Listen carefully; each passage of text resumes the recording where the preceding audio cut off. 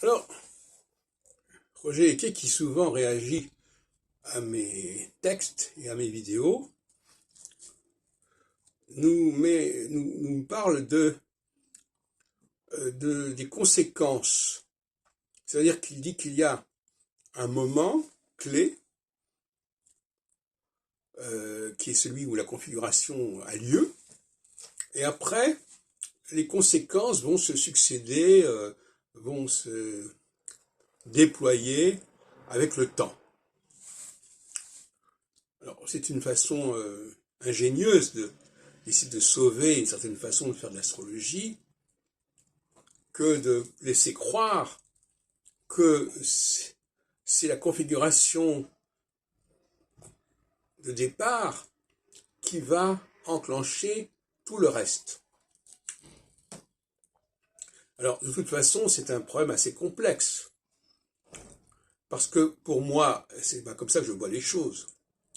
Pour moi, on a une phase de 7 ans qui est déterminée par un point de départ et un point d'arrivée. Le point d'arrivée étant d'ailleurs le point de départ de la phase suivante.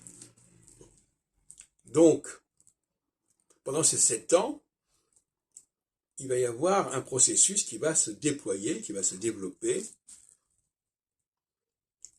Il faut donner du temps au temps. Et tout n'est pas déterminé par le point de départ. Le point de départ, c'est que le commencement d'un processus. Alors maintenant, d'autres problèmes se posent pour M. Eke, à savoir qu'il y a d'autres planètes, il y a d'autres configurations, il y a d'autres périodes, il y a d'autres phases. Donc finalement, il ne se situe pas réellement dans le cas de figure qui nous intéresse. Nous travaillons sur une seule phase, une seule périodicité, et nous ne travaillons pas sur un mélange incroyable de combinatoires planétaires avec telle et telle planète, etc. etc. Donc,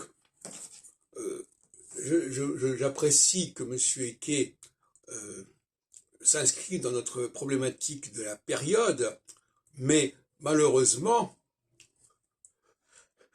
cette notion de période, elle n'est pas au centre de son travail, puisqu'il y a tout un ensemble de configurations, de phases, de commencements et d'autres commencements et d'autres phases, etc., qui vient complètement brouiller les pistes.